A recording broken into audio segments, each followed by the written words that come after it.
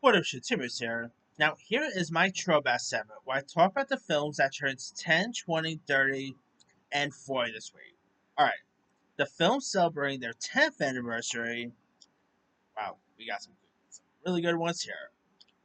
We got Let's Be Cops.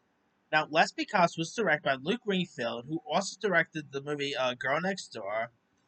This was the buddy comedy with Jake Johnson and Damon Wayans Jr., where they played best pals, Ryan and Justin, who all starred in their respective careers. So, of course, they attended a costume party, and they decided to pretty much be cops, and this is actually a really fun little film. If you guys haven't seen it, of course, you have Damon Wayans Jr. and Jake Johnson, who at the time were both also on the show New Girl together, and they really play off each other very well. Rob Riggle was also in this. Uh, Natasha Leggero had some fun moments. You also had Andy Garcia, Nina Dobrev. I mean, had some really fun supporting players. But of course, the chemistry between Johnson and Waynes were both great. Like I really loved them, playing off each other very well. So if you guys never seen Let's Be Cops, do yourself a favor, go watch it. Really fun little comedy. Also turning 10, Expendables 3.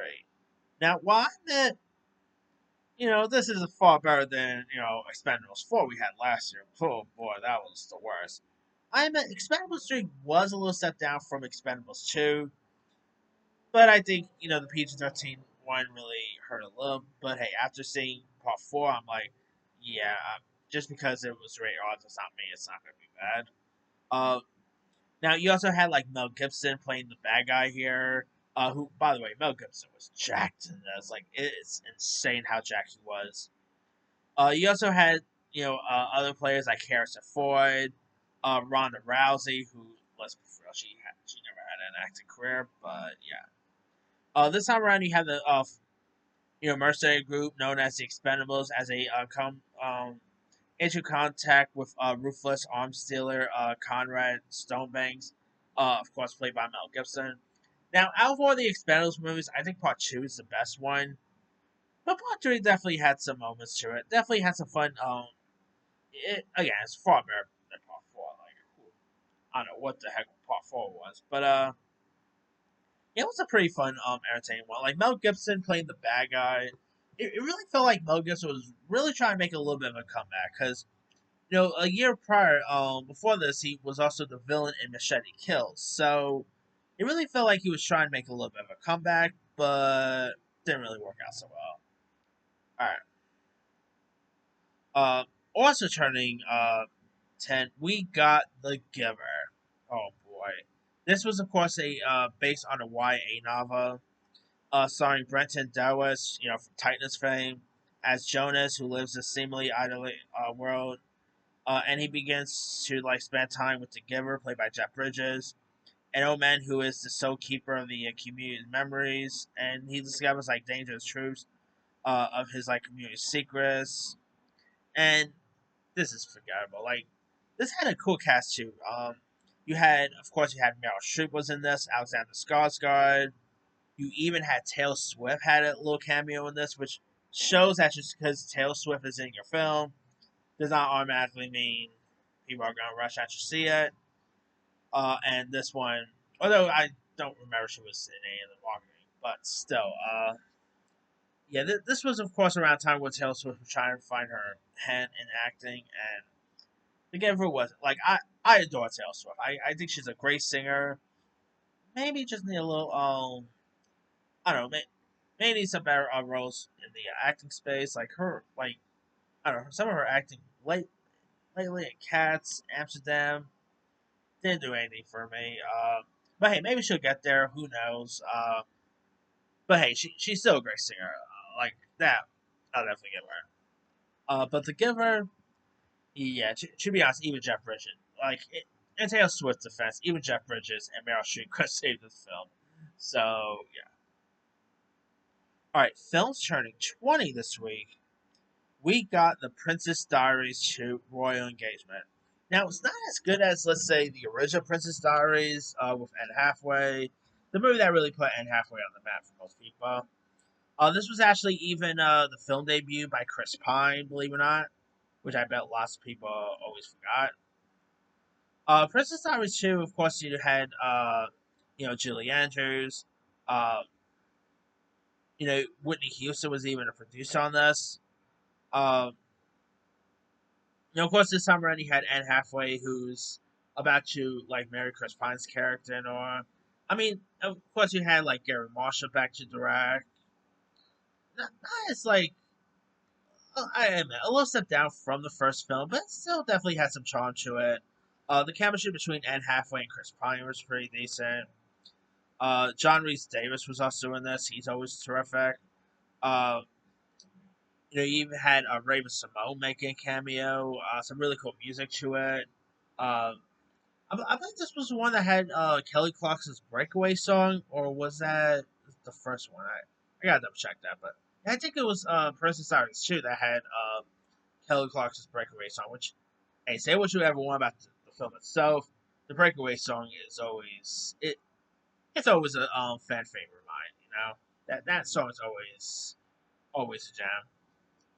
All right, also turning 20 in celebration of Alan Romulus coming out this week.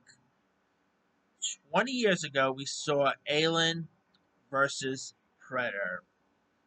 You know, what should I say? Alien versus Predator is not a good film. It's a shame too because you had like two of these most iconic monsters going at it, which they tried to do that, of course, a year prior with Freddy versus Jason, which that actually worked a little more, to be honest, yeah. But this one, for one, it was PG-13. You had an you had an Alien versus Predator movie, and you made this thing more toned down.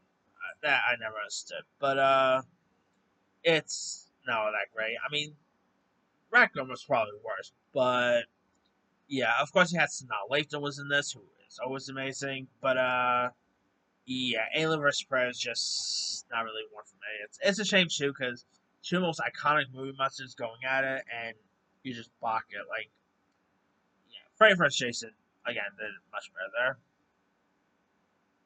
All right. Also turning 20, it's a childhood favorite of mine, big time, and that is obviously Yu-Gi-Oh! The movie. I mean, let's be real. Back then, I was always a Yu-Gi-Oh guy. I'm not really like the world's biggest anime. Like my two main big animes was always Pokemon, Yu-Gi-Oh, and Digimon. Yu-Gi-Oh the movie. Of course, I remember watching this one in theaters. I remember like getting a couple of cards for it. I had a blaster seeing this. I was even able to like have a rewatch of it in theaters like a couple years back because AMC actually did a re-release of it, and the movie still holds up. I just rewatched it on Tubi. It's still a lot of fun. The Pyramid of Light. Who did not love the Pyramid of Light? Come on. Of course, the battle between Yugi and Kaiba. I mean, what not to love about Yu-Gi-Oh! The movie? Granted, if you're not a fan of the show Yu-Gi-Oh!, you'll probably not really get it. But yeah, it was not a bad film. Like, obviously, there was a lot of really cool anime films of 2004 with Incredibles, Shrek 2. Is it as good, like, a classic as those as Incredibles or Shrek 2 was? Obviously not, but I still wholeheartedly enjoyed it. Alright. On another film turning 20, we got the Ruffalo film, We Don't Live Here Anymore, where Jack and Hank are two friends who teach literature at local universities, and they regularly meet for like pretty much for dinner as quartet. And Terry, who's married to Jack and Edith, who's married to Hank and Edith, and Jack embark on like an affair here. It's not a bad little film. It was more like an independent little film at the time. Mark Wahlberg, Mark Ruffalo's always terrific. Laura Dern's pretty decent. Not a bad little film there. All right. Films turning 30 this week. The Adventures of Priscilla, Queen of the Desert, Which, of course, if you guys don't know, recently it was announced that they were planning to do a sequel to this, which could be cool. You, of course, had Hugo Weaving, Guy Pearce.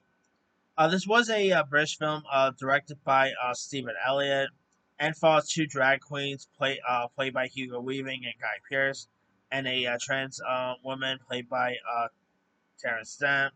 And as they journey across the Australian outback from Sydney to Alice Springs in a tour bus that they named Priscilla. Really not a bad little film. Hugo Weaving and Guy Pearce play off each other very well here. Definitely had some fun laughs to it. Really charming at times. If you guys haven't seen it, I would recommend it. Also turning 30, we got the next Karate Kid. Now, you of course have Hilary Swank, who I'm still hoping we'll see her back again. That would be cool.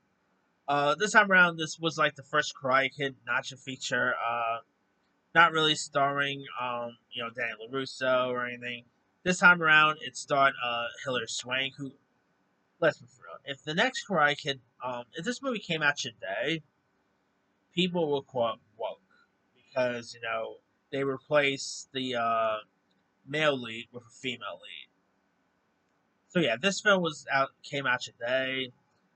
People would consider woke, but still, it's definitely not as good as the other Karate Kid films. I mean, if you guys don't know much the story in this, this time around you have Mr. Miyagi, played by Pat Morita, who goes to Boston to attend a military reunion. There he visits with Louisa, played by Constance, Towers, the widow of a former commander, and meets her granddaughter Julie, played by Hilary Swank. And Julie's parents were recently killed in a car accident, and so of course she wants to pretty much start learn karate and all. This was actually Hilary Swank's one of her earliest films she did. Not bad, not as great as the other ones, but yeah, I mean it's not a great film, but it definitely is a more of a guilty pleasure of mine. So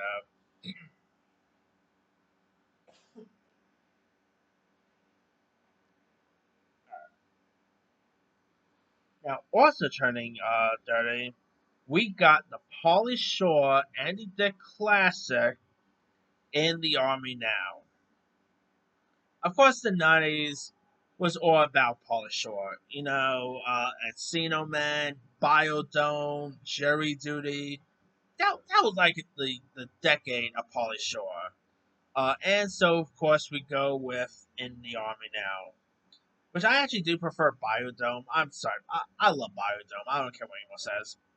In the Army Now is pretty fun though. Of course, you had David Allen Greer was in this. Uh, this time around you got Pauly Shore and Andy Dick, who after getting fired from their jobs at an electronics store, uh, decided to sign up for the Army Reserve, hoping to make a little money with a minimum responsibilities. And what the hapless pals don't realize is that Liba has just invaded Chad. So yeah, they're pretty much in the army and all. So uh, I mean, come on, it's not a great film, but it's actually more of a guilty pleasure there. It's a little dumb here, but hey, the chemistry between Pauly Shore and Andy Dick is pretty fun. You don't see Andy Dick now, like much nowadays, but they play off each other pretty well here. So yeah, all right. Also turning dirty, we got Corrina Corrina, which of course starred Whoopi Goldberg, Tina Majorana, who you might remember as pretty much as Napoleon's girlfriend in Napoleon Dynamite. Here this was a comedy that stars the likes of Ray Liotta and who plays this lawyer who hires a housekeeper nanny played by Whoopi Goldberg to care for his daughter played by Tina Madrano. Uh, and it was also directed by Jesse Nelson, who also did that movie I Am Sam with Sean Penn. Not a bad little film though.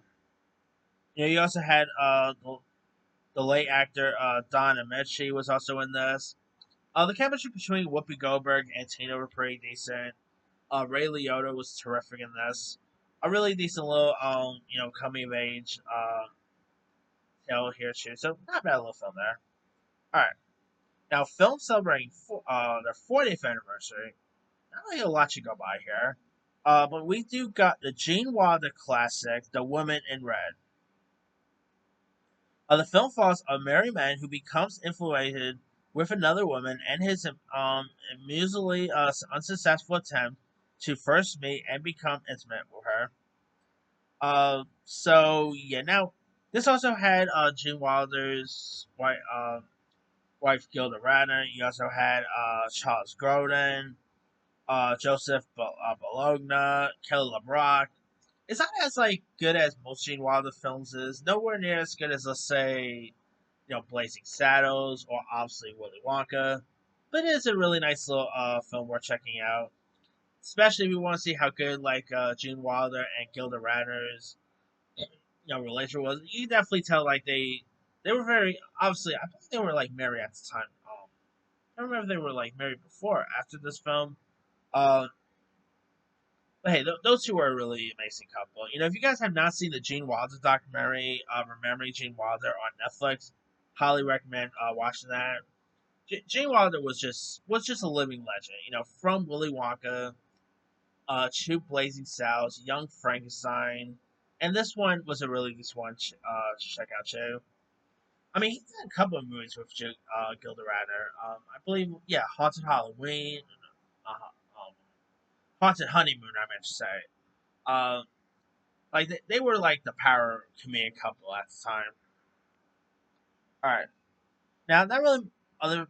Now we also got the film Dreamscape with Dennis Quaid, who plays like pretty much a young Dennis Quaid, who plays like this selfish teen, who is enforced interest into joining a government project in which psychics like him to train pretty much trained to enter others' dreams here. Pretty much like the inception of the 80s. You had Christopher Plummer, George Wendt, of course, from Cheers fame. Not really sure about to be honest, yeah. We also got Sheena, which stars that 70 show actress Tyna Roberts, which is a hybrid action adventure superhero film. Uh, and tells the story of a heroine raised in a fictional African country of Tagora, pretty much like the female Tarzan in a way. So there's that. Uh, and last but not least, we got Old Enough, which is a coming of age film that follows the friendship that develops over one summer between two girls from different social backgrounds. So, yeah, not really a lot in the 4 year ones you really go by. But that's pretty much it there. Let me leave you guys. Which of these films stand out to you the most? To me, the 10 year one is, of course, going to Let's Be Cops. The 20 year one is going to Yu Gi Oh! The movie. The 30 year one, I'm actually. Who doesn't love Polish Show? I'm going to go In the Army now. That's a comic classic there. And the 4 year one is, of course, going to The Woman in the Red because can't go wrong with Gene Wilder, people. Speaking of, I would love to see a Gene Wilder biopic with Jeremy Allen White. Like, let's get that on once around Wednesdays. But anyway, drop comments below. Don't forget to like, subscribe, hit that bell for notification. This is Simmer Sins.